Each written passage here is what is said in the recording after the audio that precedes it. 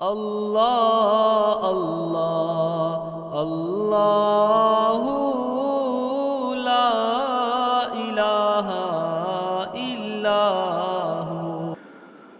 اعوذ باللہ من الشیطان الرجیم، بسم اللہ الرحمن الرحیم۔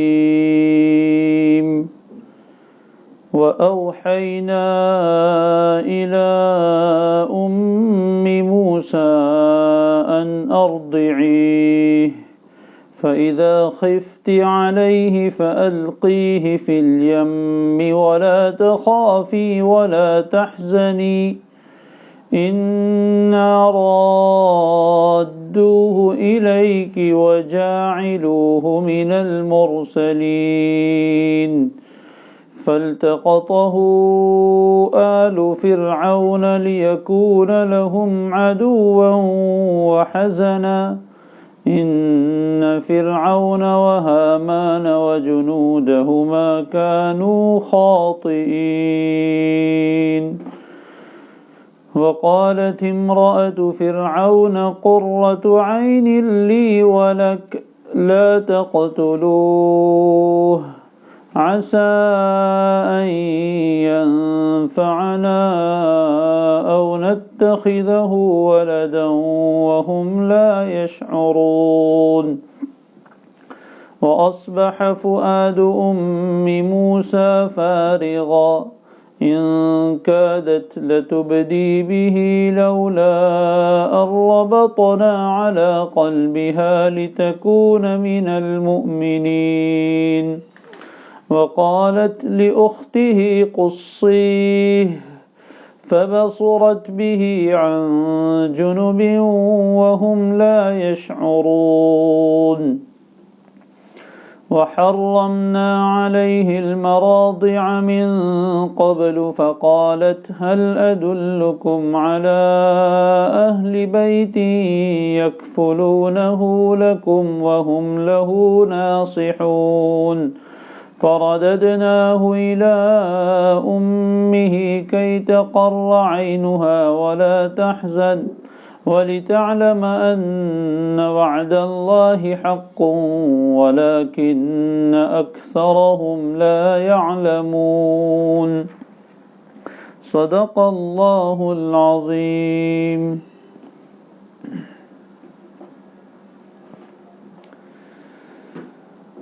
یہ سورہ القصص کی آیتیں ہیں۔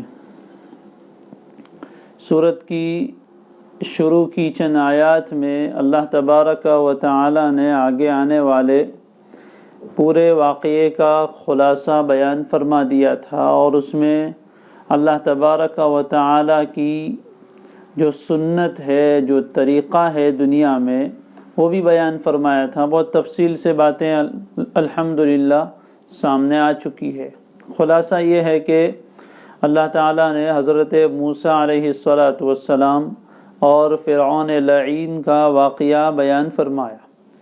اس زمانے کے حالات بھی پیش کر دیے کہ ملک مصر میں فرعون کی کیسی بالادستی تھی اور وہ کس قدر قوت میں تھا، کیسا تکبر میں تھا اور کیسا سرکشی کیے ہوئے تھا، اور اس نے وہاں کے لوگوں کا کیا حال بنایا تھا وہ بھی بیان فرمایا کہ لوگوں کو الگ الگ جماعتوں میں، الگ الگ فرقوں میں اس نے تقسیم کر دیا تھا۔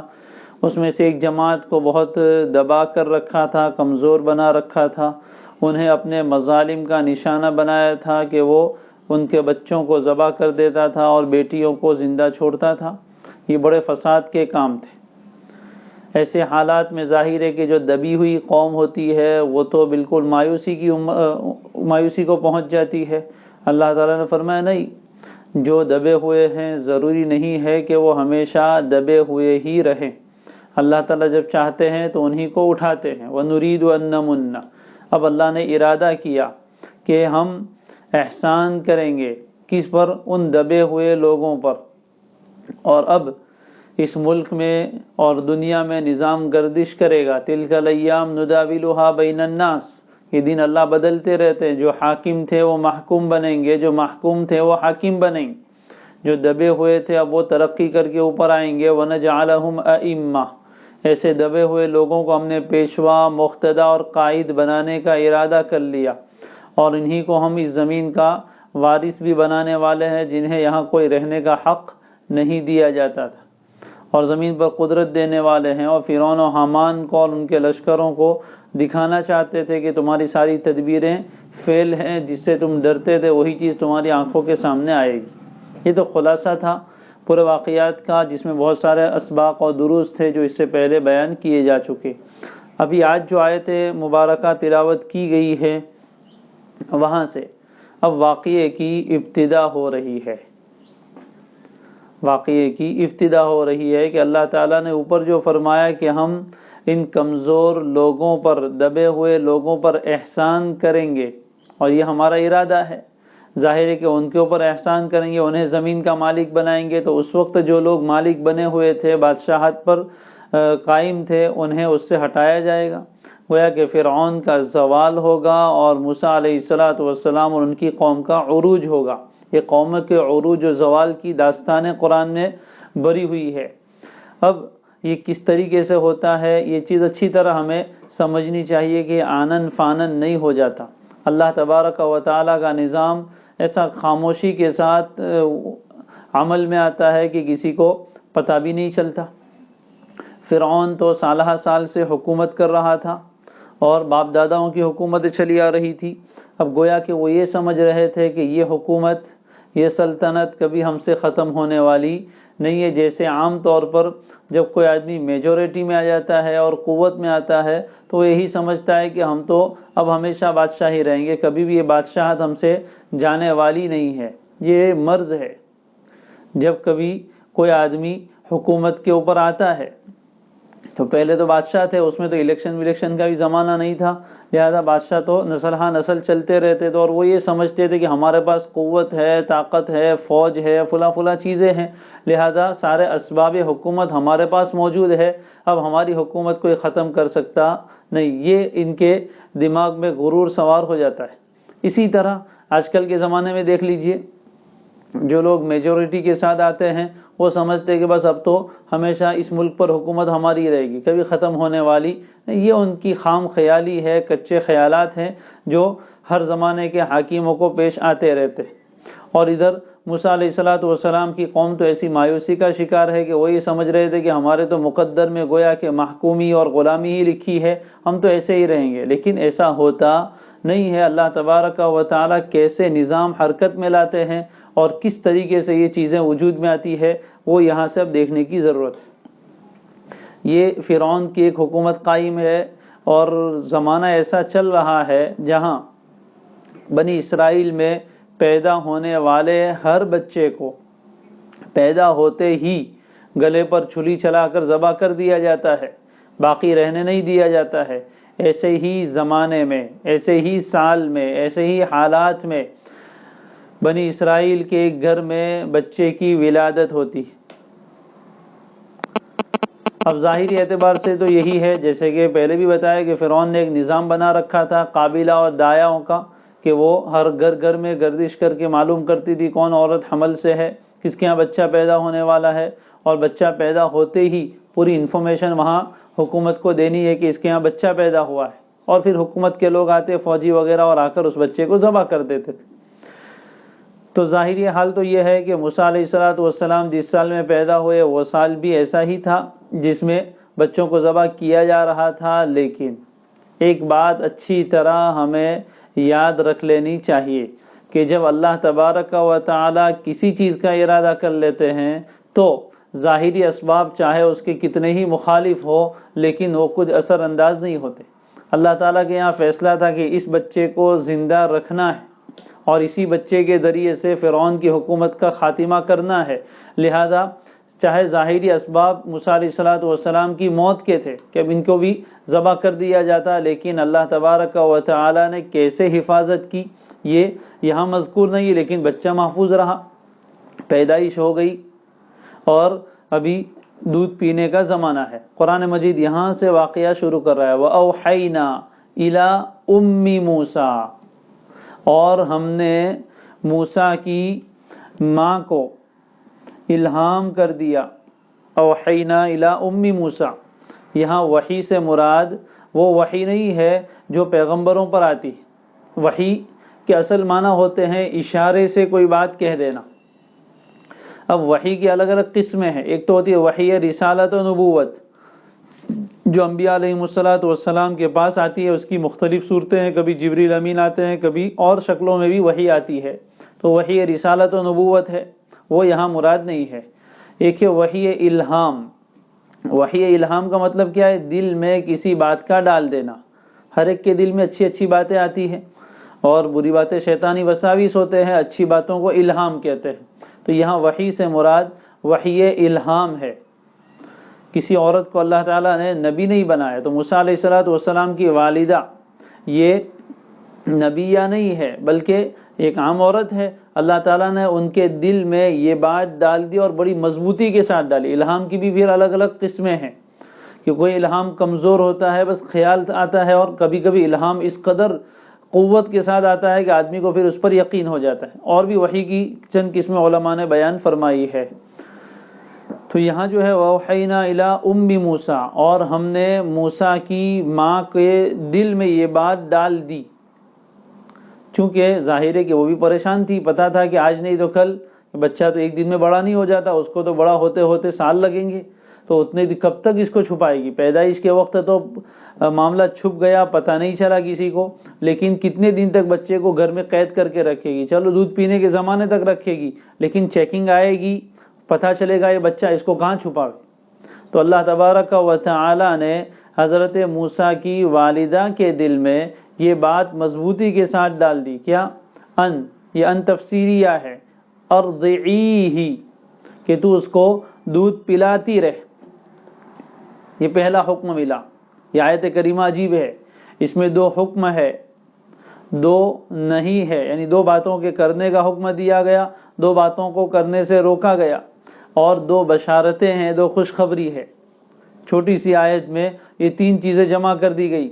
علماء فرماتے ہیں کہ یہ انتہائی بلیغ آیت ہے, اس میں بلاغت بہت زیادہ ہے.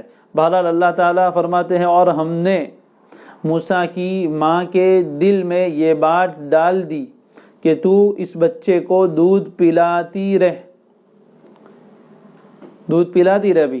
فَإِذَا خِفْتِ عَلَيْهِ, پھر جب تجھے اس بچے کے بارے میں خوف محسوس ہو, خوف ہوگا کہ چیکنگ آنے والی ہے یا اس طریقے کا کوئی نظام وہاں ہوگا, تو جب تجھے اس بچے کے بارے میں اندیشہ ہو, خوف ہو, کس بات کا؟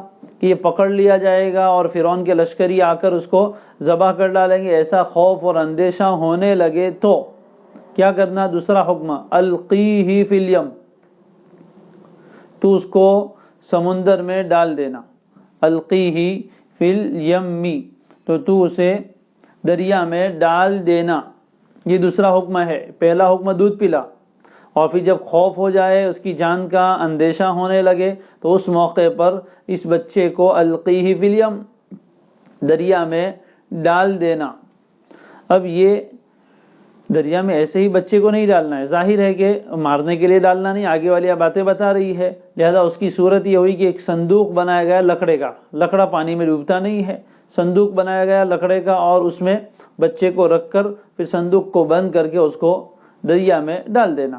فَأَلْقِيهِ فِي الْيَمِّ, اور تو اس کو دریا میں ڈال دینا. یہ دو حکم ہوئے. اب ظاہر ہے کہ یہ کہنا آسان ہے, لیکن ایک ماں اپنے بچے کو اپنے ہاتھ سے دریا میں ڈال دے, یہ کوئی آسان کام نہیں ہے. ارے وہ تو چارپائی سے نیچے ڈالنے کے لیے تیار نہیں ہوتی کبھی, تو وہ دریا میں ڈال دینا اور اپنے ہاتھ سے اپنے بچے کو موت کے منہ میں ڈال دینا, یہ کوئی آسان کام نہیں. لیکن اللہ تعالیٰ کا حکم تھا القیہ فی الیم, دل میں یہ بات آئی. ظاہر ہے کہ یہ تو بڑی خوف کی چیز ہے اور کوئی ماں اس کے لیے تیار نہیں ہوگی. تو اللہ تعالیٰ نے اس کے بارے میں فوراً فرمایا وَلَا تَخَافِي وَلَا تَحْزَنِي, وَلَا تَخَافِي وَلَا تَحْزَنِي, اور تو نہ خوف کرنا اور نہ غمگین ہونا. زمانے تین ہوتے ہیں, ایک تو ہوتا ہے پاسٹ جو گزر گیا, ایک ہوتا ہے آئندہ آنے والا فیوچر مستقبل بھوشیہ, اور ایک ہوتا ہے موجودہ زمانہ.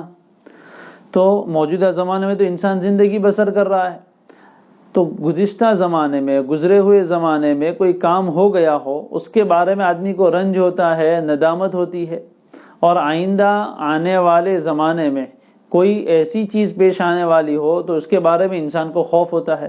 فرمایا نہ گزرے ہوئے زمانے کا کوئی غم کرو، نہ آئندہ زمانے کا کوئی خوف کرو، ولا تخافی ولا تحزنی، خوف بھی نہیں اور غمگینی بھی نہیں۔ بھائی آئندہ ہمارے بچے کو دریا میں ڈال دیا ہے تو آئندہ کے بارے میں کتنا خوف ہوگا، کیا ہوگا، یہ بچہ ڈوب جائے گا، کوئی مچھلی اس کو اٹھا لے گی، کوئی آدمی اس کو اٹھا لے گا، کیا کریں گے، کس کے ہاتھ لگے گا، کچھ اس کا پتہ ہی نہیں ہے۔ وہ تو دریا کے رحم و کرم پہ چھوڑ دیا، پتہ نہیں وہ کہاں لے جا کے اس کو ڈال دے، کس کے ہاتھ میں آئے، بچہ بھوکا پیاسا کیا کرے گا، شعور والا بچہ تو ہے نہیں۔ لہذا خوف تو ہونا ہی تھا، لیکن اللہ نے فرمایا ولا تخافی، خوف نہ کرنا، ڈرنے کی کوئی بات نہیں، اس لیے کہ یہ ساری چیزیں ہمارے اختیار میں ہیں۔ یہ اصل بار بار ذکر کیا جاتا ہے کہ قرآن مجید کوئی ہزاروں سال پہلے ہوئے واقعے کو بیان کر کے ہمارے دلوں کی تفریح کا سامان مہیا نہیں کر رہا ہے، اس میں سے ہمیں بہت بڑے بڑے حقائق بتائے جا رہے ہیں کہ اللہ تبارک و تعالی جب کسی چیز کا ارادہ فرما لیتے ہیں تو اس کی تدبیر بڑی محکم اور مضبوط ہوتی ہے، کوئی اس کو توڑ نہیں سکتا، اور ساری چیزیں اللہ تبارک و تعالی کے اختیار میں ہے۔ اب یہ حضرت موسیٰ علیہ السلام کی والدہ کے دل میں یہ بات آئی اور انہوں نے اس پر عمل کر کے دکھایا، تو یہ بھی اللہ تعالیٰ کی تقدیر تھی، ورنہ کوئی عورت عام طور پر کوئی ماں اپنے بچے کے بارے میں یہ فیصلہ نہیں کر سکتی کہ وہ اس طریقے سے اپنے بچے کو ڈال دے، لیکن اللہ تعالیٰ نے دل میں اتنی مضبوطی سے بات ڈالی اور یہ تدبیر انہیں سجائی تو انہوں نے اس پر عمل بھی کر لیا، اور دل میں یقین اللہ نے پیدا کر دیا کہ جس دریا میں یہ صندوق ڈالا جائے گا وہ دریا کی لہریں کس کے ہاتھ میں ہیں، اور وہ جو ہوا اس صندوق کو لے کر آگے چلے گی وہ ہوا کس کے ہاتھ میں ہے، اور جس کنارے پر پہنچے اور جس آدمی کے ہاتھ میں یہ صندوق پہنچے گا اس کا دل کس کے ہاتھ میں ہے، سب کچھ اللہ کے ہاتھ میں ہے۔ لہذا جب اللہ تعالیٰ کی طرف سے کوئی حکم آ جائے تو اس پر عمل کرنے میں پس و پیش نہیں ہونا چاہیے، ساری چیزیں اللہ کے اختیار میں ہے، اور سارے موت کے نقشوں میں اللہ تبارک و تعالی چاہے تو زندہ رکھ کر دکھا دے، اور ساری زندگی کے اسباب میں اللہ چاہے تو مار کر دکھا دے۔ یہ اللہ تعالیٰ کی تقدیر ہے اور اس کی تدبیر ہے، جہاں تک لوگوں کو رسائی ہوتی نہیں ہے۔ بہرحال فرمایا ولا تخافی ولا تحزنی، اور پھر دو بشارتیں دی، کیوں ڈرنے کا نہیں، کیوں غمزدہ نہ ہو، اس لیے کہ یہ جو بچے کی جدائی ہے یہ جدائی دائمی نہیں ہے، ہمیشہ کے لیے نہیں ہے، بس ٹیمپرری ہے، تھوڑی دیر کے لیے ہے، ہم واپس اس بچے کو تمہارے پاس ہی لے آئیں گے۔ کیسی بات بھائی، دریا میں ڈال دیا بچہ، اب کیسے ہاتھ میں آئے گا؟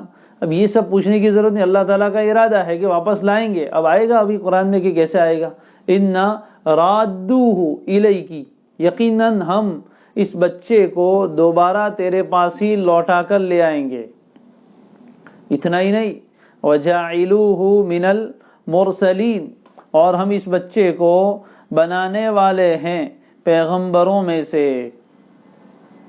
کتنی بڑی بشارت ہوئی کہ اب فکر کی کوئی بات نہیں ہے، موسیٰ علیہ السلام کی والدہ کو تسلی دی جا رہی ہے، ڈرنے کی کوئی ضرورت نہیں ہے، یہ بچہ مرنے والا نہیں، موت کا ہی تو خوف تھا نا کہ بھائی دریا میں ڈال دیں گے تو ڈوب جائے گا یا کوئی مار ڈالے گا، تو مرنے کا خوف ہے، کہا نہیں مرے گا نہیں، اور تم سے جدا نہیں ہوگا ہمیشہ کے لیے، بس تھوڑے دن کی جدائی ہے، پھر دوبارہ یہ بچہ آپ کے پاس آئے گا اور سلامتی کے ساتھ، امن و امان کے ساتھ، عافیت کے ساتھ آئے گا۔ ابھی اگر بچہ آپ کے پاس ہی رہنے دیتے تو ہر وقت کھٹکا لگا رہتا، ہر وقت خوف لگا رہتا کہ پتہ نہیں کب چیکنگ آئے گی اور بچہ مارا جائے گا۔ لیکن اب دوبارہ جب ہم آپ کے پاس لائیں گے تو یہ بچے کے بارے میں آپ کو کوئی خوف نہیں ہوگا اس کی جان کا، بلکہ پورا پروٹیکشن اور حفاظت ملے گی۔ اور اس سے آگے ایک بشارت یہ سنائی کہ یہ بچہ ابھی تو مرنے والا ہے ہی نہیں، آئندہ بھی اس کی عمر بڑی ہوگی، یہ مرسلین میں سے ہوگا، پیغمبروں میں سے ہوگا، اتنا بڑا اعزاز ہم اس بچے کو دینے والے، اور جس کو اللہ اپنا پیغمبر بنائے اس کی حفاظت تو اللہ خود کرتے ہیں۔ لہذا خوف کرنے کی کوئی ضرورت نہیں ہے، ڈرنے کی کوئی بات نہیں ہے، غمزدہ ہونے کی ضرورت نہیں ہے، بالکل دل مطمئن رکھیے، پریشان ہونے کی ضرورت نہیں ہے، یہ اللہ تبارک و تعالی نے انتظام فرمایا۔ چنانچہ اب آگے والی بات قرآن نے اسکیپ کر دی، حذف کر دی، اس لیے کہ سمجھ میں آتی ہے۔ موسیٰ علیہ السلام کی والدہ نے اس آیت پر عمل کیا، بچے کو دودھ پلاتی رہی ایک خاص مدت تک۔ پھر جب انہیں اس طرح کا خوف اور اندیشہ لاحق ہوا کہ اب پکڑے جائیں گے اور یہ بچہ ان کے ہاتھ لگ جائے گا، تو اس نے وہ صندوق تیار کروا کر اس میں بچہ رکھا۔ یعنی حضرت موسیٰ علیہ السلام کو جو شیرخوار دودھ پیتے ہوئے چھوٹے سے بچے ہیں، وہ ماں کے دل پر کیا گزری، یہ سب اللہ تعالیٰ کی تدبیریں ہیں۔ بہرحال پھر اس کو اٹھا کر لے گئی خاموشی کے ساتھ، اور سب کی نظروں سے اللہ نے بچایا، ورنہ ظاہر ہے کہ جو جس دریا میں ڈالنے گئی وہاں سے لے کر ان کے گھر تک بھی فاصلہ ہوگا، کوئی دیکھ لیتا تو وہیں معاملہ کھل جاتا، لیکن اللہ تعالیٰ نے سب چیزوں سے حفاظت فرمائی اور لے جا کر وہ صندوق دریا میں ڈال دیا۔ اور دریا میں ڈالنے کے بعد اس کو اللہ تعالیٰ نے اپنی حفاظت میں لے لیا۔ ظاہر ہے ڈالنے کے بعد دیکھتی رہی ہوگی، وہ صندوق چلتا رہا اللہ تعالیٰ کے حکم سے اور دوسرے کنارے پر پہنچ گیا۔ یہ حفاظت کا نظام بھی اللہ نے کیا۔ پھر کیا ہوا، اللہ تعالیٰ کی تدبیر دیکھیے، اس بچے کی حفاظت کرنی ہے۔ قرآن آگے کہتا ہے فَالْتَقَطَهُ آلُ فِرْعَوْنَ۔ اب یہ صندوق کسی اور اچھے انسان کے ہاتھ لگ جاتا، موسیٰ علیہ السلام کی جان بچ جاتی، لیکن یہاں صندوق کو اٹھایا، التقاط گیلی بڑی چیز کو اٹھا لینا، بس اس صندوق کو اٹھا لیا فرعون کے لوگوں نے۔ اٹھانے والے جس سے بچانا تھا اسی کے ہاتھ میں پہنچ گیا۔ یہاں سے جو نکالا تھا گھر سے، تو اسی لیے تو نکالا تھا کہ کہیں فرعون کے لوگ، اس کے لشکر والے اس کو دیکھ نہ لے، لیکن یہاں ہوا یہ کہ یہ صندوق سمندر کے دریا کے کنارے پہنچا، اور اٹھایا کس نے؟ آل فرعون، فرعون کے لوگوں نے۔ اور فرعون کے لوگ سے کون مراد ہے؟ ان کے گھر والے بھی ہو سکتے ہیں اور ان کے سپاہی بھی ہو سکتے ہیں۔ روایتوں میں ہے، تفسیر کی کتابوں میں یہ بات لکھی ہے کہ اللہ تعالیٰ کا نظام ایسا ہوا کہ ادھر سے حضرت موسیٰ علیہ السلام کی والدہ نے صندوق پانی میں ڈالا، اور ادھر سے فرعون کی بیوی، اللہ کی نیک بندی حضرت آسیہ علیہ السلام، ان کے دل میں یہ بات آئی کہ مجھے جانا ہے، کہاں؟ دریا کے کنارے۔ چنانچہ اللہ تعالیٰ کی طرف سے یہ سب سیٹنگ ہوتی ہے، اتفاقاً اس کائنات میں کوئی بات ہوتی نہیں، یہ بات یاد رکھنی چاہیے، اتفاقاً کچھ نہیں ہوتا، یہ سب اللہ تعالیٰ کا نظام ہوتا ہے۔ ہم لوگ کہتے رہتے ہیں اتفاقاً یہ بات ہو گئی، وہ اتفاق ہمارے لیے ہے، اللہ تعالیٰ کے لیے اتفاق نہیں ہے، وہ اللہ تعالیٰ کی ایک تدبیر تھی کہ اس کے دل میں اسی وقت خیال آیا کہ جانا ہے۔ چنانچہ وہ وہیں گشت کر رہی تھی، گھوم پھرنے رہی تھی کہ اتنے میں یہ صندوق آیا۔ اب کوئی چیز نہیں تیرتی ہوئی آئے تو وہاں جو گشت کرنے والے اور پھرنے والے لوگ ہیں انہوں نے دیکھا تو اٹھا لیا اس کو۔ جب اٹھا لیا تو کھول کر دیکھا کہ اس میں تو بچہ ہے، حیران ہو گئے۔ چنانچہ فرعون کی بیوی حضرت آسیہ کے پاس اس کو لے کر آئے۔ اب جب لے کر آئے تو انہوں نے دیکھا کہ تو بچہ ہے۔ اب آگے کیا ہوتا ہے وہ دیکھتے ہیں۔ قرآن فرماتا ہے فَالْتَقَطَهُ آلُ فِرْعَوْنَ، فرعون کے لوگوں نے اس کو اٹھا لیا، اس کو یعنی بچے کو، بچہ جس صندوق میں تھا اس صندوق کو اٹھا لیا۔ اس کا نتیجہ کیا ہونا تھا؟ لِيَكُونَ لَهُمْ عَدُوًّا وَحَزَنًا۔ یہ لام جو ہے اس کا ترجمہ تاکہ نہیں کرنے کا، یہ لام عاقبت ہے، انجام بیان کرنے۔ کیوں اٹھایا؟ اس کا انجام یہ ہونا تھا کہ یہ بچہ ان کے لیے یعنی فرعون اور اس کے لشکریوں کے لیے دشمن بنے، وحزن اور غم کا باعث بنے۔ ظاہر ہے کہ کوئی آدمی اس لیے تو کسی چیز کو نہیں اٹھاتا کہ وہی ہمارے لیے دشمن بن جائے اور وہی ہمارے لیے غم کا باعث بنے، ان کی تو سوچ ہی نہیں تھی، لیکن اللہ تعالیٰ کا نظام تھا، اللہ تعالیٰ کا نظام تھا۔ لِيَكُونَ لَهُمْ عَدُوًّا وَحَزَنًا، یہ بچے کو فرعون کے لوگوں نے اس لیے اٹھایا کہ آگے جا کر نتیجہ اور انجام یہ ہوگا کہ یہی بچہ ان کے لیے دشمن بنے گا، وحزنا اور غم کا باعث بنے گا۔ چنانچہ ایسا ہی ہوگا جیسے کہ انشاءاللہ آئے گا، اور واقعی ہم سب کسی نہ کسی درجے میں جانتے ہیں۔ تو اللہ تعالیٰ نے دشمن کے ہاتھوں میں اس کو پہنچایا اور دشمن کے ہاتھوں اس کی پرورش کروائی، اور پرورش کر کے جب بڑا ہوگا تو اس کے بعد پھر وہی ان کے مقابلے کے لیے کھڑا ہوگا۔ اللہ تعالیٰ حفاظت کرنا چاہے تو دشمن کے گھر میں حفاظت کرتے ہیں، دشمن کے گھر میں اللہ تعالیٰ چاہے تو حفاظت کرتے ہیں۔ چنانچہ حضرت موسیٰ علیہ السلام کو ان کے گھر سے نکالا اور پہنچا دیا فرعون کے محل میں۔ اللہ آگے فرماتے ان فرعون وہامان وجنودہما کانوا خاطئین، یقیناً فرعون، حامان اور ان کے لشکر کانوا خاطئین، بڑے خطا کار تھے، بھول چوک کرنے والے تھے، یعنی ان کا یہ بچے کو اٹھا لینا بہت بڑی غلطی تھی، بہت بڑی مسٹیک تھی ان کی، لیکن وہ اپنے آپ کو بڑا عقل مند سمجھ رہے تھے۔ اللہ تعالیٰ چاہتے ہیں تو عقلوں کو چھین لیتے ہیں۔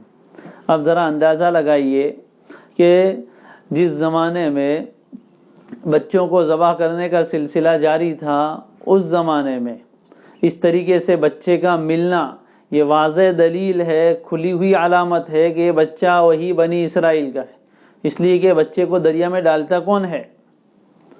اس طرح ڈالنے کی وجہ یہی ہو سکتی ہے کہ اپنے بچے کے بارے میں خوف تھا کہ کہیں ذبح نہ کر دیا جائے تو ڈال دو۔ تو ظاہری بات تھی کہ چھوٹی سی ذرا سا سوچنے سے چھوٹی سی عقل والا آدمی بھی سمجھ سکتا ہے کہ عین ممکن ہے کہ یہ بچہ کس کا ہو؟ بنی اسرائیل کا ہو، اور اسی کے بارے میں تو اندیشہ تھا کہ بنی اسرائیل کا ایک بچہ ہی بڑا ہو کے فرعون کی حکومت کو ختم کرنے والا ہے۔ لہٰذا اور شکل و شباہت سے بھی بہت سی مرتبہ پتہ چل جاتا ہے، قوم الگ الگ تھی، موسیٰ علیہ السلام اور ان کی قوم جو تھی وہ ملک شام سے آئے تھے، تو ان کی شکل صورتیں بھی کچھ نہ کچھ تو الگ ہوگی قبطیوں کے مقابلے میں، لہذا اس سے بھی پتہ چل سکتا تھا کہ اسرائیلیوں کا ہی بچہ ہے، اور عین ممکن ہے کہ یہی وہ بچہ ہو جس کے بارے میں خواب دیکھا گیا تھا کہ وہ فرعون کی حکومت کو ختم کرنے والا ہے۔ تو ایسے خطرے کیوں مول لیے جائے؟ تو یہ تو ہونا تو یہ چاہیے تھا کہ اس بچے کو بھی ذبح کر ڈالتے، لیکن اللہ تعالیٰ جب کسی کی حفاظت کرنا چاہے تو کون اس کو مار سکتا ہے؟ اسی کو یہاں بیان فرمایا وقالت امرأۃ فرعون، اللہ نے کیسے حفاظت فرمایا؟ ابھی بچہ تو سامنے آ گیا، اور قرآن کی آیتوں سے معلوم ہوتا ہے کہ ان کے دلوں میں یہ بات بھی آئی کہ یہ اسرائیلیوں کا بچہ ہے، اس کو مار ڈالو، لیکن اللہ تعالیٰ نے اس موقع پر نظام یہ کر دیا کہ فرعون کی بیوی حضرت آسیہ علیہ السلام، جو بڑی نیک خاتون تھی، قرآن مجید میں ان کو بطور آئیڈیل اور مثال کے بیان فرمایا گیا ہے کہ اتنا بڑا ظالم تھا فرعون، خدائی کا دعوے دار، لیکن اس کے نکاح میں اتنی پارسا عورت، اتنی نیک عورت، ایسی ایمان والی عورت کہ آپ سوچ نہیں سکتے، جن کے بارے میں قرآن نے فرمایا وَضَرَبَ اللَّهُ مَثَلًا لِّلَّذِينَ آمَنُوا امْرَأَةَ فِرْعَوْنَ، اور انہوں نے کیا عجیب دعا مانگی، اذ قالت رب ابن لی عندک بیتن فی الجنہ، اے میرے رب جنت میں میرے لیے آپ کے پاس ایک بڑا گھر بنا دیجئے۔ کیا پیاری دعا کی۔ بہرحال تو حضرت آسیہ جو فرعون لعین کی بیوی تھی، وہ انہوں نے کہا وہاں کے لوگوں سے وقالت امرأۃ فرعون، اور فرعون کی بیوی نے کہا قرۃ عین لی ولک، کس سے کہا؟ فرعون سے، کہ یہ بچہ تو میری اور تیری آنکھ کی ٹھنڈک ہے، یعنی ہماری خوشی کا ذریعہ ہے۔ ادھر نظام یہ تھا کہ ایک طرف فرعون خدائی کا دعوے دار تھا، لیکن اس کے یہاں کوئی اولاد نہیں تھی، اور ظاہر ہے کہ آج ہر آدمی کی فطرت میں اولاد کی محبت رکھی ہوئی ہے، خصوصاً عورت کو تو بہت زیادہ ہوتی ہے۔ ایک عورت جب نکاح کر لیتی ہے تو اس کو ماں بننے کا جو شوق ہوتا ہے خاص ایک مدت کے بعد، وہ عجیب و غریب ہوتا ہے۔ چنانچہ حضرت آسیہ کو بھی اولاد کی بڑی خواہش تھی، تمنا تھی، اور اولاد ہو نہیں رہی تھی۔ اب یہ بچہ سامنے آیا، بڑا پیارا بچہ، اللہ تعالیٰ نے محبت ڈالی۔ قرآن مجید میں حضرت موسیٰ کے بارے میں وَأَلْقَيْتُ عَلَيْكَ مَحَبَّةً مِّنِّي، اور میں نے تیرے اوپر اپنی طرف سے خاص محبوبیت ڈال دی تھی، یعنی ایسا بچہ کہ جو دیکھے اس کے دل میں اس کی محبت گھر کر جائے۔ یہ بھی اللہ کی طرف سے ہوتا ہے، یہ محبت ڈال دینا یہ بھی اللہ تبارک و تعالیٰ کی طرف سے ہوتا ہے۔ لہذا جو بھی بچہ پیدا ہوتا ہے اس کی محبت اس کے ماں باپ کے دل میں کتنی آ جاتی ہے، آپ دیکھیے۔ ماں باپ کے دل میں تو فطری ہے، لیکن وہ بھی کتنی، باپ اپنی ساری محنتیں، سارے تھکان اور خون پسینے کی کمائی اس کے لیے کر دیتا ہے، ماں اپنی سارے راحت و آرام کو اس بچے کے لیے چھوڑ دیتی ہے۔ یہ کون ہے جو ماں باپ کے دل میں محبت ڈالتا ہے؟ اور کبھی کبھی اللہ تبارک و تعالیٰ یہ محبت نہیں ڈالتے تو آج کل ایسے واقعات اب آئے دن سنتے رہتے ہیں کہ سگی ماں اپنے بچوں کو قتل کر دیتی ہے، خود زہر پلا دیتی ہے، کہیں دریا میں ڈال دیتی ہے، تو یہ اللہ حفاظت فرمائے، لیکن یہ محبت اللہ ڈالتے ہیں۔ تو حضرت موسیٰ علیہ السلام کے اوپر بھی اللہ تعالیٰ نے عجیب محبوبیت ڈال دی تھی، جس کے نتیجے میں ماں تو محبت کرتی ہی تھی، لیکن ادھر جہاں فرعون کی بیوی نے دیکھا تو اس کے دل میں حضرت موسیٰ علیہ السلام جو چھوٹے سے بچے ہیں ان کی محبت ایسی اندر تک اتر گئی کہ وہ سب کے مقابلے کے لیے کھڑی ہو گئی، اور کیا کہا فرعون کے سامنے، قرۃ عین لی و لک، یہ بچہ میرے لیے بھی اور آپ کے لیے بھی آنکھوں کی ٹھنڈک ہے، لا تقتلوہ، اس کو مارو مت، اس کو قتل نہ کرو۔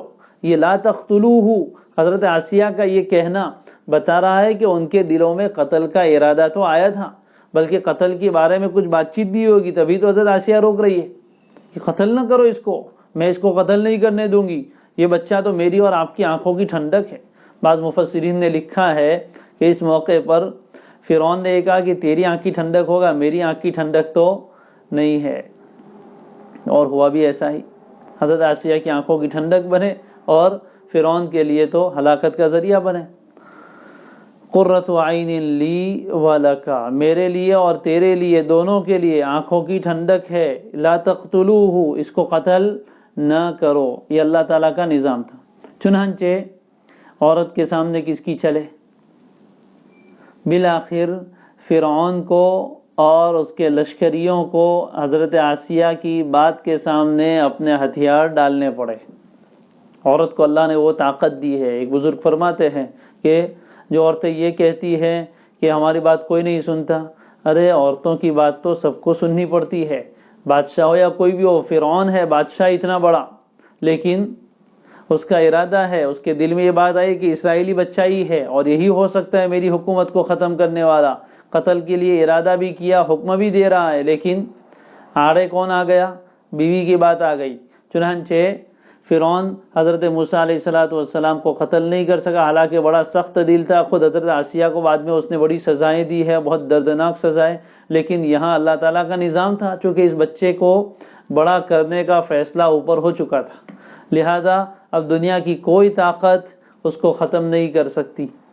چنانچہ حضرت آسیہ کی بات ماننی پڑی۔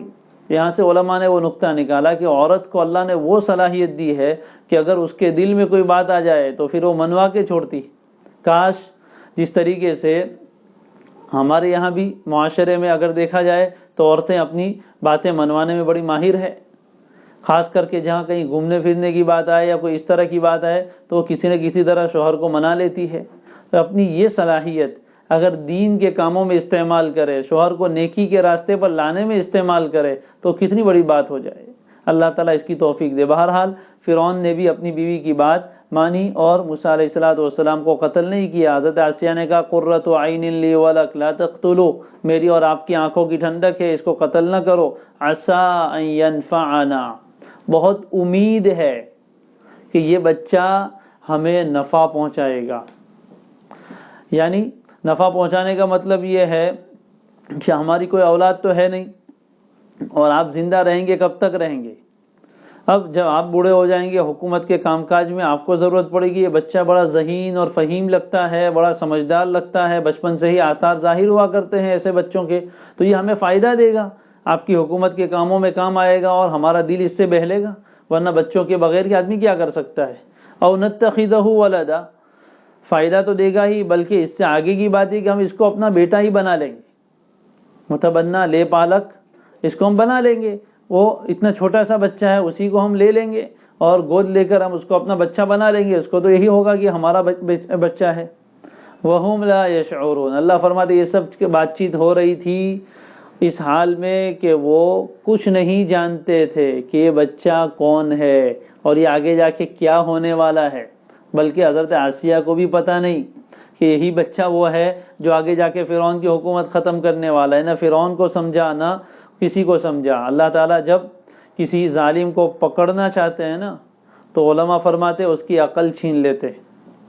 ظالم کو پکڑنا جب چاہتے ہیں، اس کو گرفتار کرنا چاہتے ہیں تو عقل چھین لیتے ہیں، صحیح فیصلے نہیں کرتا، وہ غلط فیصلے کرتا ہے، اور وہی فیصلے اس کے لیے اس کی حکومت کے خاتمے کا ذریعہ بن جاتے ہیں۔ تو اللہ تعالیٰ جب کسی ظالم کو پکڑنا چاہتے ہیں تو اس کی عقل لے لیتے ہیں۔ یہاں فرعون کی عقل بھی ماری گئی، لا شعور، کچھ شعور نہیں ہے، کچھ سمجھ نہیں ہے، چلو مان لیا بیوی کی بات کو، اس لیے کہ الحذر لا ينفع عند القدر، جہاں تقدیر کی بات آتی ہے وہاں آدمی کتنی احتیاط کر لے لیکن کوئی فائدہ نہیں ہوتا۔ یہی دیکھ لیجئے فرعون نے اتنی احتیاطی تدابیر اختیار کی، اتنی احتیاطی تدابیر اختیار کی کہ ہزاروں بچوں کو ذبح کر ڈالا، لیکن جو بچہ حکومت کو ختم کرنے والا تھا وہی ذبح ہونے سے بچ گیا۔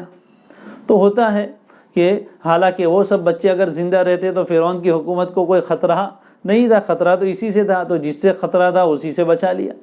تو یہ الحذر لا ينفع عند القدر، جہاں تقدیر کی بات آتی وہاں آدمی لاکھ احتیاط کر ڈالے کوئی فائدہ دینے والا نہیں ہے۔ البتہ آدمی کو شریعت کی حدود میں رہتے ہوئے دوسری جگہ تدابیر اختیار کرنی چاہیے، لیکن اسی کو سب کچھ سمجھ لے ایسا نہیں ہے۔ مثال لے لیجئے، کورونا چل رہا ہے، احتیاطی تدابیر بہت زیادہ بتائی جا رہی، یوں کرو، اتنا ڈسٹینس رکھ کر کھڑے رہو، اور ایسا منہ پر فلاں چیز ماسک باندھ لو، اور یہ کرو وہ کرو۔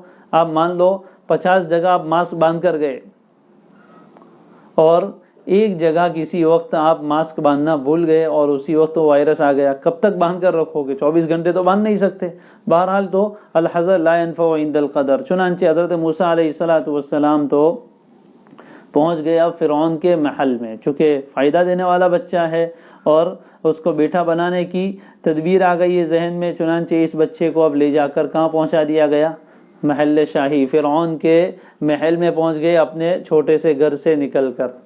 ادھر یہ حال تو موسیٰ علیہ السلام کا ہوا، اور ان کی والدہ کا حال کیا ہوا؟ وَأَصْبَحَ فُؤَادُ أُمِّ مُوسَى فَارِغًا، اور موسیٰ کی والدہ کا دل بالکل خالی ہو گیا۔ فارغ کا لفظ ہم بولتے ہیں فارغ ہو گئے، وہی فارغ ہے، لیکن معنی کیا ہے وہ سمجھنا ہے۔ وَأَصْبَحَ فُؤَادُ أُمِّ مُوسَى فَارِغًا، اور موسیٰ کی والدہ کا دل ہر فکر سے فارغ اور خالی ہو گیا، بس ایک ہی فکر اس میں باقی رہی۔ وہ کس کی؟ موسیٰ علیہ السلام کی۔ اس لیے بعض لوگوں نے ترجمہ کیا اور موسیٰ کی والدہ کا دل بے قرار ہو گیا۔ ظاہر ہے کہ بچہ اپنے سے دور ہو گیا، اب کیا ہوگا کیا ہوگا۔ ماں کی ممتا، جس ماں کا بچہ گم ہو جائے وہ تو دیوانی ہو جاتی ہے، پاگل ہو جاتی ہے۔ انسان کی عورت تو درکنار، جانوروں میں یہ چیز دیکھی جاتی ہے کہ گائے کا بچہ کہیں گم ہو گیا تو پاگل پاگل پھرتی ہے، دوڑتی ہے، وہ اس کو کچھ سمجھ میں نہیں آتا ہے۔ تو ماں کی ممتا ایسی چیز ہے۔ اب چھوٹا سا بچہ، وہ بھی اتنا پیارا، اور اس کو دریا میں اپنے ہاتھ سے ڈال آئی، اب کیا ہوگا نتیجہ، کس کے ہاتھ گیا، کیا ہوا، یہ ساری فکریں کیسے لاحق ہوگی ہم سمجھ سکتے ہیں۔ تو اس آیت کے دو معنی بیان کیے ہیں۔ پہلا معنی یہ ہے جو عام طور پر مفسرین نے بیان کیا ہے، عبداللہ ابن عباس رضی اللہ تعالی عنہما کا یہ قول ہے کہ موسیٰ علیہ السلام کی والدہ کا دل فارغ ہو گیا، خالی ہو گیا، یعنی ہر فکر سے، بس یعنی کوئی فکر دل میں باقی نہیں رہی سوائے ایک فکر کے، اور وہ فکر کون سی ہے؟ موسیٰ علیہ السلام۔ تو یعنی اسی فکر نے پورے دل و دماغ پر قبضہ جما لیا، اور کوئی نہ کھانے کی فکر، نہ پینے کی فکر، نہ کسی اور چیز کی، بس ایک ہی فکر دماغ پر ایسی سوار ہوئی کہ ساری فکریں بھول گئے۔ تو یہ اسی کو کہتے ہیں بے قراری، بے چینی۔ تو موسیٰ علیہ السلام کی والدہ کا دل بے قرار ہو گیا، کس کی وجہ سے؟ موسیٰ علیہ السلام کے اوپر خوف کی وجہ سے۔ کب کیا ہوگا؟ فرعون کے ہاتھ میں آ گیا ہے، وہاں پہنچ گیا، وہ تو مار ہی ڈالے گا۔ بے قراری، بے چینی، یہ انتہائی درجے کو پہنچ گئی۔ اور بعض لوگ فرماتے ہیں کہ موسیٰ علیہ السلام کی والدہ کا دل بالکل خالی یعنی بے فکر ہو گئی۔ کیوں؟ اللہ تعالیٰ کے وعدے کی وجہ سے۔ اوپر اللہ نے وعدہ کیا تھا اِنَّا رَادُّوهُ إِلَيْكِ، ہم اس بچے کو دوبارہ آپ کے پاس پہنچا دیں گے اور اس کو ہم رسول بنائیں گے۔ تو اللہ کے وعدے پر یقین تھا، اس یقین کی وجہ سے دل میں کوئی فکر نہ رہی۔ تو بعض لوگ کہتے ہیں کہ دل کے فارغ ہونے کا مطلب یہ ہے کہ اب کوئی فکر نہیں رہی، کہ اب اللہ تعالیٰ نے حفاظت کی ذمہ داری لے لی ہے تو اب یہ بچے کی حفاظت کریں گے اور دوبارہ بچہ میرے پاس آ کر رہے گا۔ تو اگر یہ قول لیا جائے تو اس سے ان کا یقین معلوم ہوتا ہے کہ اللہ تعالیٰ کے وعدے پر کس قدر اعلیٰ یقین ہے، کہ بچہ دریا میں ڈال آئی، فرعون کے ہاتھ میں پہنچ گیا، اور اس کے بعد بھی دل مطمئن ہے کہ اللہ تعالیٰ اس کی حفاظت کرے گے، تو یہ ان کے ایمان و یقین کی طرف اشارہ ہے۔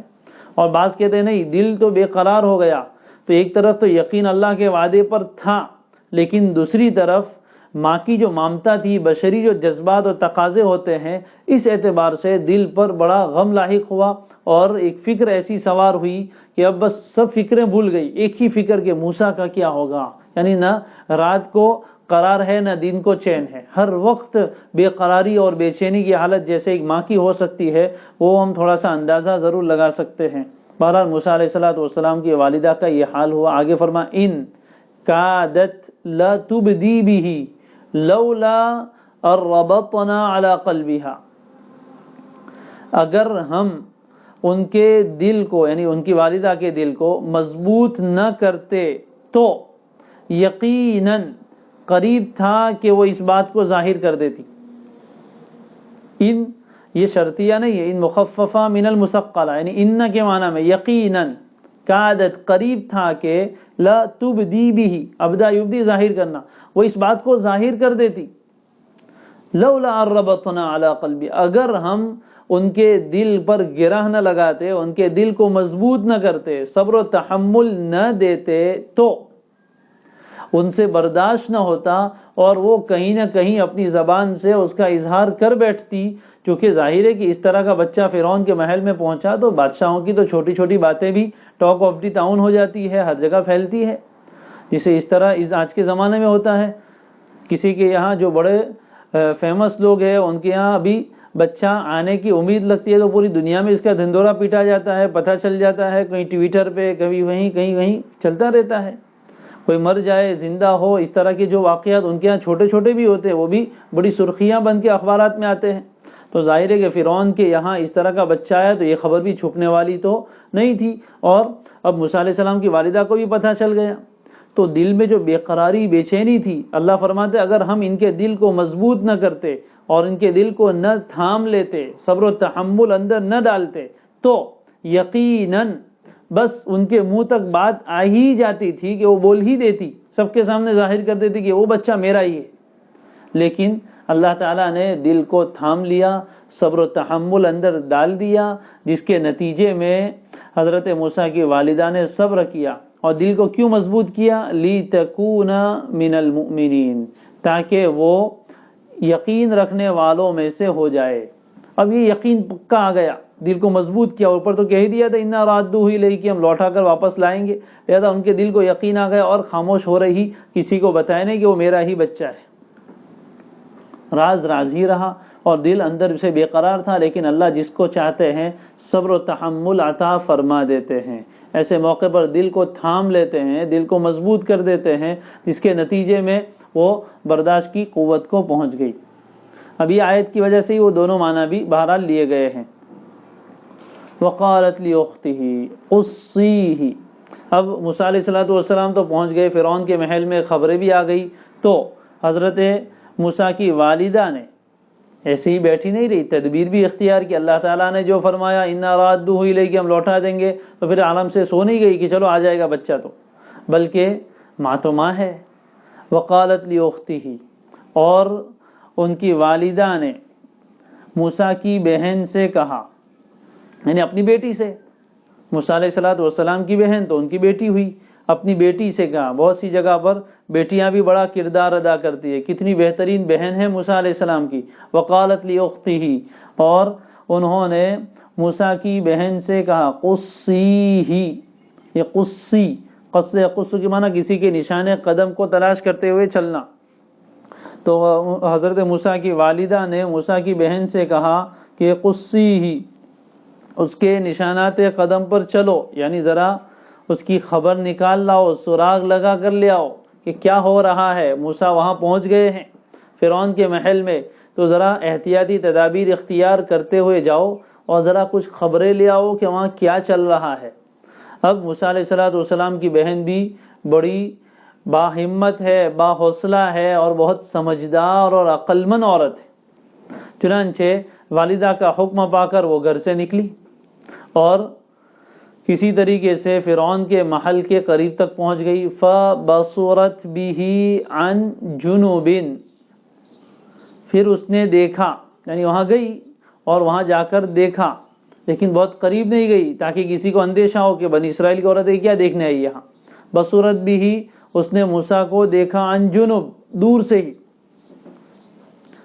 دور سے ہی یعنی دور کھڑے ہو گئے، بہت قریب نہیں گئی، دور سے ہی خفیہ طور پر اس نے پورا منظر دیکھ لیا کہ کیا چل رہا ہے وہاں. وَهُمْ لَا يَشْعُرُونَ، اس حال میں کہ انہیں کچھ پتہ نہیں تھا کہ یہ موسیٰ کی بہن ہے، یہ بچہ جو ہے اس کی بہن، یعنی چہرے پر بھی ایسے تأثرات نہیں آنے دیے. ورنہ بعض مرتبہ اس طریقے کے جو قریبی رشتہ دار ہوتے ہیں ان کو دیکھ کر آدمی اپنے جذبات پر قابو نہیں پا سکتا ہے، زبان خاموش ہو لیکن چہرہ بولتا ہے اور دیکھ کے لگتا ہے کہ ہاں اس کے ساتھ کوئی کنیکشن ہے، لیکن اس نے اپنے تاثرات کو، اپنے جذبات کو، اپنی فیلنگز کو چھپایا اور اجنبی بن کر وہاں وہ دیکھتی رہی. فَبَصُرَتْ بِهِ عَنْ جُنُوب، دور سے ہی اس نے دیکھا، اس حال میں کہ انہیں پتہ نہیں تھا کہ یہ دیکھ رہی ہے، یا انہیں پتہ نہیں تھا کہ یہ موسیٰ کی بہن ہے. وَحَرَّمْنَا عَلَيْهِ الْمَرَاضِعَ مِنْ قَبْلُ، موسیٰ علیہ السلام کی بہن جس وقت گئی وہاں، اس وقت تو پورے محل میں ایک ہنگامہ تھا. کیوں؟ اس لیے کہ بچہ چھوٹا ہے، ظاہر ہے کہ کھانا تو نہیں کھائے گا، دودھ پیے گا، اور دودھ پیے گا عورت کا، تو ماں تو ہے نہیں. اب دایاؤں کا سلسلہ آیا. اس زمانے میں تو زیادہ ہی چلتا تھا، آج کل تو لیکٹوجین اور پتہ نہیں کون کون سے پاؤڈر نکلے ہیں جو بچوں کو پلائے جاتے ہیں، یا کسی اور چیز کا دودھ بوتل سے پلا دیا جاتا ہے، لیکن اتنا چھوٹا بچہ ہے کہ ابھی وہ ماں کا دودھ ہی پینے کے قابل ہے. تو اب ماں تو تھی نہیں، بچہ تو اجنبی لاوارث تھا، لہذا اس کو دودھ پلانے کے لیے انتظام کیے گئے کس کے؟ دودھ پلانے والی دایاؤں کے. بادشاہ کا ایک حکم، ہزاروں دایا حاضر ہوگی، اس لیے کہ بادشاہ کے یہاں جا کر بچے کو دودھ پلائے تو انعام بھی بڑا ملنے والا ہے. لہذا ایسی دودھ پلانے والی بہت سی عورتیں وہاں آ گئی تاکہ اس بچے کو دودھ پلائے. لیکن اللہ فرماتے ہیں وَحَرَّمْنَا عَلَيْهِ الْمَرَاضِعَ مِنْ قَبْلُ، اور پہلے سے ہی ہم نے موسیٰ پر دودھ پلانے والی تمام عورتوں کو حرام کر دیا تھا. حرام کرنے سے مراد یہاں وہ شریعت کا حلال اور حرام مراد نہیں، روک دیا تھا. یعنی موسیٰ علیہ السلام کی طبیعت ایسی بنائی کہ وہ کسی عورت کی چھاتی منہ میں لیتے ہی نہیں تھے. کوئی بھی دودھ پلانے والی آئے اس کا دودھ پیتے ہی نہیں تھے، منہ ہی نہیں لگاتے تھے. اب ظاہر ہے کہ دودھ نہیں پیے تو بچہ بھوکا رہے گا، بھوکا رہے گا تو روئے گا. اب رو رو کے موسیٰ علیہ السلام نے پورا محل سر پہ اٹھایا ہے. سب لوگ پریشان کہ کیا کرے، اس لیے کہ بچہ ایک تو آسیہ کو بڑا محبوب ہے، اس کو تو زندہ رکھنا ہے، بچانا ہے. اگر یہ دودھ ہی نہیں پیے گا تو مر جائے گا. اور جب آسیہ کی گود میں بچہ پہنچ گیا تو جس عورت کو بہت دنوں سے بچے کی تمنا ہو اور کسی کا بچہ اس کو مل جائے تو وہ تو سگی ماں سے زیادہ اس پر مہربان ہو جاتی ہے کہ بہت مشکل سے ملا ہے، کہیں چلا نہ جائے. لہذا ساری اللہ فرماتے وَحَرَّمْنَا عَلَيْهِ الْمَرَاضِعَ مِنْ قَبْلُ، پہلے سے ہی ہم نے موسیٰ کے اوپر ساری دودھ پلانے والی عورتوں کی بندش کر رکھی تھی، یعنی اس کو روک رکھا تھا کہ وہ کسی کا دودھ پیتے ہی نہیں تھے. اب سب لوگ پریشان تھے کہ کوئی ایسی دایا آوے، اس لیے کہ دودھ نہ پینے کی بہت ساری وجوہات ہوتی ہے. بچے بھی بہت زیادہ سینسیٹیو ہوتے ہیں، بعض مرتبہ عورت کی بدبو کی وجہ سے بھی بچہ منہ نہیں لگاتا ہے. اس لیے دودھ پلانے والی جو عورتیں ہوتی ہیں انہیں بڑا صاف ستھرا رہنا چاہیے. تو وہ بچہ جو ہوتا ہے وہ بعض مرتبہ بہت زیادہ حساس اور سینسیٹیو ہوتا ہے، تو کسی وجہ سے کسی عورت کا دودھ نہیں پیتا ہے. تو یہ جتنی آئی تھی ان میں سے تو کسی کا دودھ پی نہیں رہا تھا. تو لوگ پریشان تھے کہ کوئی ایسی عورت لاؤ جس کا دودھ بہت اچھا ہو اور بہت صاف ستھری ہو، اس طرح کی عورت ہو کہ اس کو دیکھتے ہی یہ بچہ اس سے دودھ پینے لگے. اب یہ وہاں ایک ہنگامہ تھا. علماء نے ایک عجیب بات لکھی، ہم دعاؤں کو بہت معمولی سمجھتے ہیں. وہ موسیٰ علیہ السلام کی ماں کی تڑپ ادھر گھر میں بیٹھی ہے، موسیٰ علیہ السلام کے لیے بے قرار ہے، لیکن اس کی بے قراری نے پورے فرعون کے محل کو بے قرار کر دیا. کہ موسیٰ علیہ السلام دودھ کسی کا کیوں نہیں پی رہے؟ اس لیے کہ ادھر ماں بے قرار ہے، اور اس ماں کی بے قراری نے فرعون کے پورے محل کو بے قرار کر دیا ہے کہ بچہ دودھ پیتا کیوں نہیں، اس کو بلاؤ، اس کو بلاؤ. ہزاروں عورتیں آ رہی ہے اور کسی کا دودھ موسیٰ علیہ السلام پی نہیں رہے. یہ دعاؤں میں، ماں کی دعاؤں میں وہ اثر ہوتا ہے. اس کی بے قراری نے سب کو بے قرار اور بے چین کر دیا کہ لاؤ کچھ بھی. اب موسیٰ علیہ السلام کی بہن تو وہاں دور سے دیکھی رہی تھی، اس نے یہ منظر دیکھا کہ سب لوگ پریشان ہیں.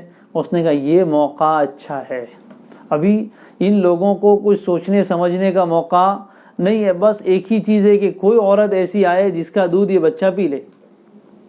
چنانچہ موسیٰ علیہ السلام کی بہن نے کہا فقالت, اب کس کو کہا؟ ظاہر کہ ہر آدمی بادشاہ سے اور بادشاہ کی بیوی سے ڈائریکٹ تو بات کرتا نہیں, اس کے جو نیچے انتظامی امور کے لوگ ہوتے ہیں انہی سے بات ہوتی ہے. تو اس نے وہاں کسی سے کہا ہوگا هل ادلکم علی اہل بیت یکفلونہ لکم, کیا میں تمہیں بتاؤں ایسے گھر والے جو اس بچے کی کفالت کریں گے, پرورش کریں گے تمہارے لیے.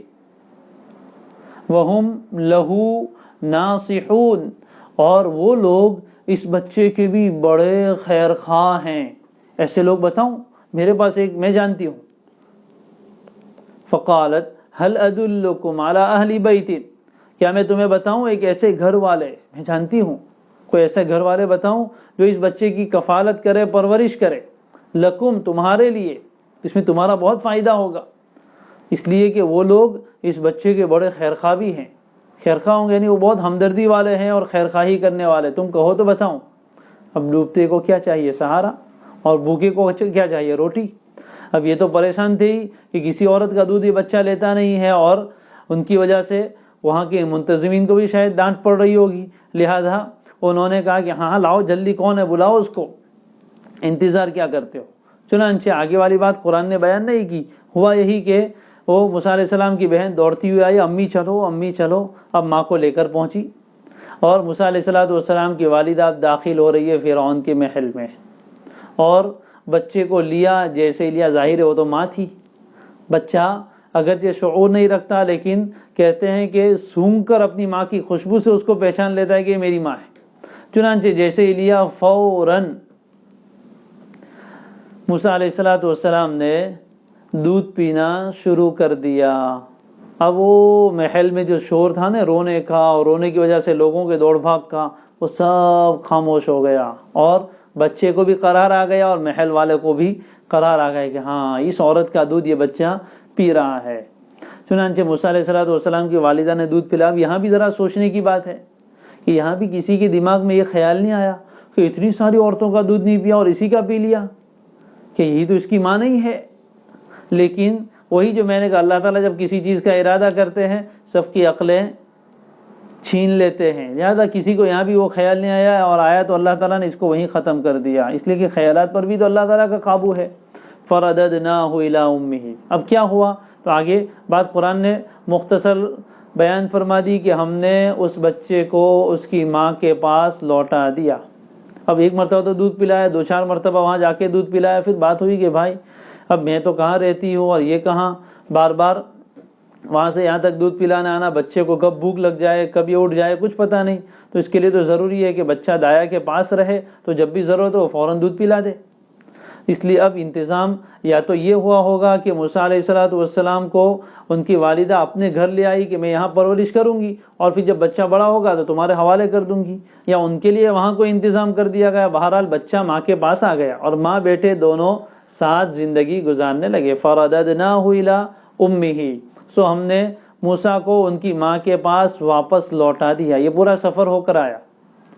اب اللہ تعالیٰ چاہتے, ذرا سوچیے, اللہ تعالیٰ چاہتے تو یہی حفاظت کر لیتے.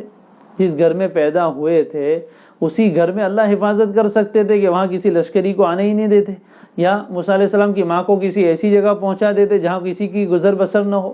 لیکن نہیں, یہ سارے مراحل سے گزارنا پڑا. اب ظاہر ہے کہ اس مرحلے سے گزرنے میں ان کی والدہ کے دل پر کیا گزری ہوگی وہ تو ہم سوچ بھی نہیں سکتے. یہ سب تکلیفوں سے گزار کر پھر واپس لوٹ آیا. اب بالکل بے خوف ہے. تو فائدہ اسی میں ہے. بظاہر پہلی مرتبہ نظر آ رہا ہے کہ یہ کیا چیز ہے, بچے کو دریا میں ڈال دو, لیکن اس میں اللہ تعالیٰ کی حکمت تھی. اب یہ بچے کو بالکل سرٹیفائیڈ کر کے اس کی زندگی کی امان لے کر اس کی ماں کے پاس لوٹایا گیا. فرددناہ الی امی کی تقر عینھا, تاکہ اس کی آنکھ ٹھنڈی رہے. کس کی؟ ماں کی آنکھ تو اپنے بچوں کو دیکھ کر ہی ٹھنڈی ہوتی ہے. ولا تحزن, اور تاکہ وہ غم زدہ نہ ہو, ورنہ اس کو ہر وقت غم رہتا کہ میں نے کیوں اپنے بچے کو ڈال دیا, کیوں اپنے بچے کو ڈال دیا. بچہ بھی زندہ ہے, اپنے پاس ہے, لہذا کوئی غم بھی نہیں. وَلِتَعْلَمَ, اور یہ اس لیے بھی ہم نے کیا تاکہ اس عورت کو معلوم ہو جائے اور ہر انسان کو یہ بات سمجھ میں آ جائے کہ ان وعد اللہ حق, اللہ کا وعدہ بالکل سچا ہے. پہلے وعدہ کیا تھا ڈالنے سے پہلے انا رادوہ الیک، ہم لوٹائیں گے آپ کو واپس. تو یہ اسی طرح ان وعد اللہ حق ولکن اکثرہم لا یعلمون، لیکن اکثر لوگ ان باتوں کو جانتے اور سمجھتے نہیں ہے. یہاں تک تو موسیٰ علیہ السلام آ گئے اور اب ان کی پرورش ہونے لگی. فرعون کے محل میں ماں دودھ بھی پلاتی رہی اور موسیٰ علیہ السلام بڑھتے رہے. اللہ. اب یہاں نبی علیہ السلام کے جو حالات تھے اس کے ساتھ اس واقعے کو ذرا فٹ کیجئے کہ آپ علیہ السلام مکی زندگی میں ہے. جس طرح فرعون کے لوگ موسیٰ کو قتل کرنے کے در پہ دینے ہر بچے کو، اسی طرح مکہ کے لوگ بھی نبی اکرم صلی اللہ علیہ وآلہ وسلم کو قتل کرنے کے در پہ تھے. کوشش تھی، مشورہ بھی ہو گیا تھا، لوگ آ بھی گئے تھے، ہجرت کے موقع کا واقعہ سن چکے ہیں. تو یہاں یہ تھا، لیکن اللہ تعالیٰ نے نبی اکرم صلی اللہ علیہ وسلم کو مکہ سے نکالا، جیسے موسیٰ علیہ السلام کو ان کے گھر سے نکالا. مکہ سے نکلنا پڑا، ہجرت کرنی پڑی، چھپتے چھپاتے کہاں پہنچا دیا؟ مدینہ. لیکن پھر واپس چند سالوں کے بعد، 7-8 سال کے بعد اللہ تعالیٰ نے واپس مکہ میں لوٹایا اور پھر فاتح بن کر لوٹایا. ان الذی فرض علیک القرآن لرادک الی معاد. وہاں اللہ نے وعدہ کیا ہجرت کے موقع پر، جس نے آپ پر قرآن نازل فرمایا ہے وہ آپ کو دوبارہ آپ کے لوٹنے کی جگہ پر لے آئے گا. چنانچہ مکہ فتح ہوا. تو یہی بات بتائی جا رہی ہے. ان واقعات سے ہمارے لیے بڑی عبرت کی چیز یہ ہے کہ اللہ تبارک و تعالی جب کسی چیز کا ارادہ فرما لیتے ہیں تو کوئی اس کو روک نہیں سکتا ہے. اللہ نے ارادہ کر لیا تھا کہ موسیٰ کو بڑا کرنا ہے اور اس کے ذریعے سے فرعون کی حکومت کو ختم کرنا ہے. لاکھ تدبیریں، لاکھ سازشیں کر لی گئی لیکن کوئی کام نہیں آئی، بلکہ ان کے گھر میں لے جا کر ہی موسیٰ علیہ السلام کی پرورش کروائی. تو ہر فرعون کے لیے موسیٰ ہوتا ہے اور کبھی کبھی وہ اسی کے گود میں پلتا بھی ہے. اسی طرح دنیا کے ظالم لوگ اور جابر لوگ اس طرح کی تدبیریں کرتے رہتے ہیں کسی کو دبانے کی، ختم کرنے کی، لیکن اللہ تعالیٰ جب ارادہ کر لیتے ہیں اس قوم کو اٹھانے کا تو اس کے لیے غیب سے ایسے اسباب مہیا فرما دیتے ہیں کہ وہاں تک دشمنوں کی عقل اور نہیں پہنچتی، ان کی رسائی نہیں ہوتی ہے. اللہ تبارک و تعالی ہر زمانے میں، خصوصاً ہمارے اس زمانے کے مستضعفین کو، دبے ہوئے کمزوروں کو بھی اللہ تعالیٰ اٹھنے کا موقع دے. اس کے لیے بہترین تدابیر اللہ تعالیٰ کی طرف سے انشاءاللہ وجود میں آئے گی. اللہ تعالیٰ ہم سب کو بھی اس تدبیر کا ذریعہ بنائے اور دشمنوں کی سازشوں سے ہماری حفاظت فرمائے. قرآن کی ان آیتوں سے تسلی لینے کی اور سبق لینے کی توفیق دے. مایوسی کو اپنے آپ سے دور کریں. نا امید ہونے کی ضرورت نہیں ہے، بلکہ ہر جگہ جہاں کہیں بھی ایسا مایوسی کا دور آتا ہے تو وہیں اللہ تعالیٰ کی طرف سے پھر نصرت آتی ہے. حتیٰ اذا استیأس الرسل وظنوا انہم قد کذبوا جاءہم نصرنا. جہاں یہ یأس اور نا امیدی آتی ہے وہیں سے پھر اللہ تبارک و تعالیٰ کی نصرت شروع ہوتی ہے. لہذا ایسے مایوسی کے خیالات کے سامنے اپنے آپ کو ڈال نہیں دینا چاہیے، بلکہ اللہ تبارک و تعالیٰ پر یقین رکھ کر اپنے سے جتنا ہو سکے اتنی کوشش و تدبیر کرنی چاہیے. باقی آگے کا نظام اللہ تبارک و تعالیٰ کی طرف سے عمل میں آتا ہے. اللہ ہم سب کو اس کی توفیق عطا فرمائے. سبحان اللہ و بحمدہ، سبحانک اللہم و بحمدک، نشہد ان لا الہ الا انت ونستغفرک ونتوب الیک.